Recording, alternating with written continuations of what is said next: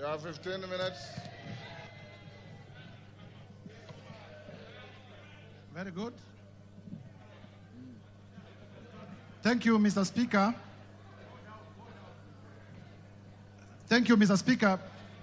Before I begin my reply to the motion, please allow me to table additional documents, being a newspaper advert that was placed by His Excellency the Deputy President in today's newspapers, and also the video recording of his speech yesterday, because they are material to these proceedings.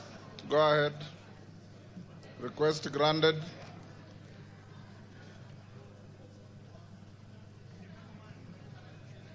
Mr. Speaker, I have tabled the two documents, electronic and physical, because during the course of this debate, members in many instances had referred to them, and therefore it is only fair that they are part of the record.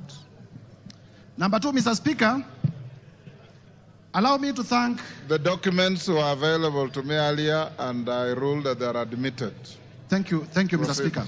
Yes. I want to be very brief because I know the National Assembly of the Republic of Kenya wants to make a decision on the matter of impeachment of His Excellency Rigathi Gachagua.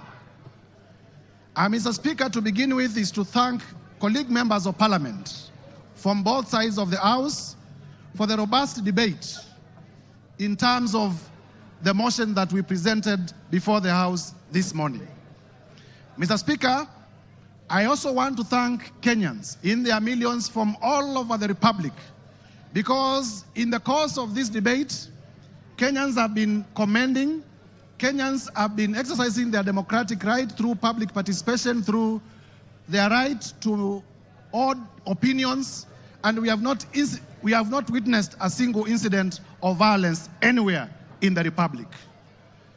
There had been vitisho that if you table an impeachment motion for a person of the magnitude of the Deputy President, there may be violence, people will lose lives.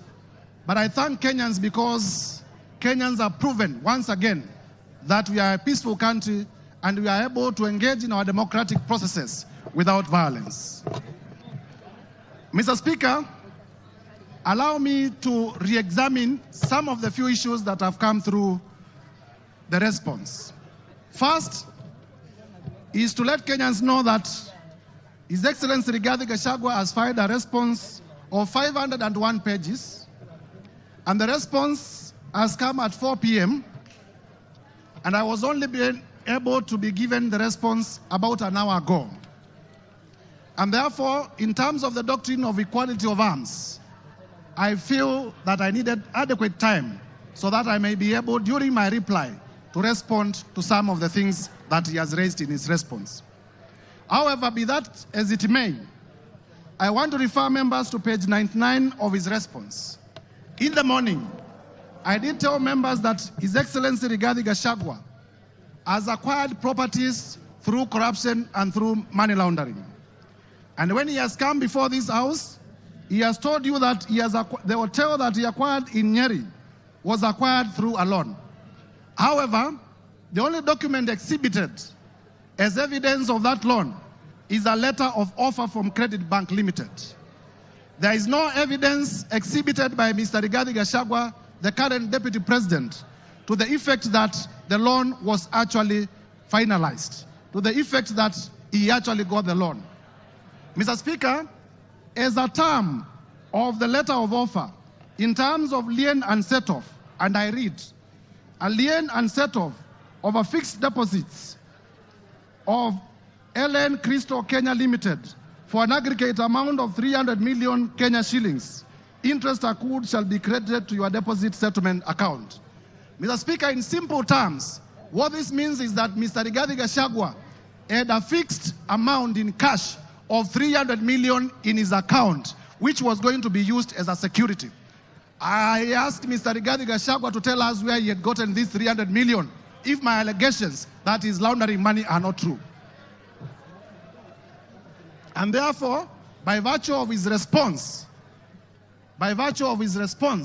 It confirms my assertions that he has monies, he has wealth, he has cash that is suspect. If you may give me my phone. In terms of whether Kenya is a company or not.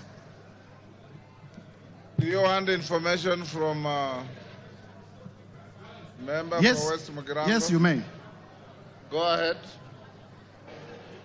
Mr. Speaker, I want to inform the Honorable Mutuse that the director for Credit Bank Kenya Limited is one Grace Nyachai, who hails from Nyeri.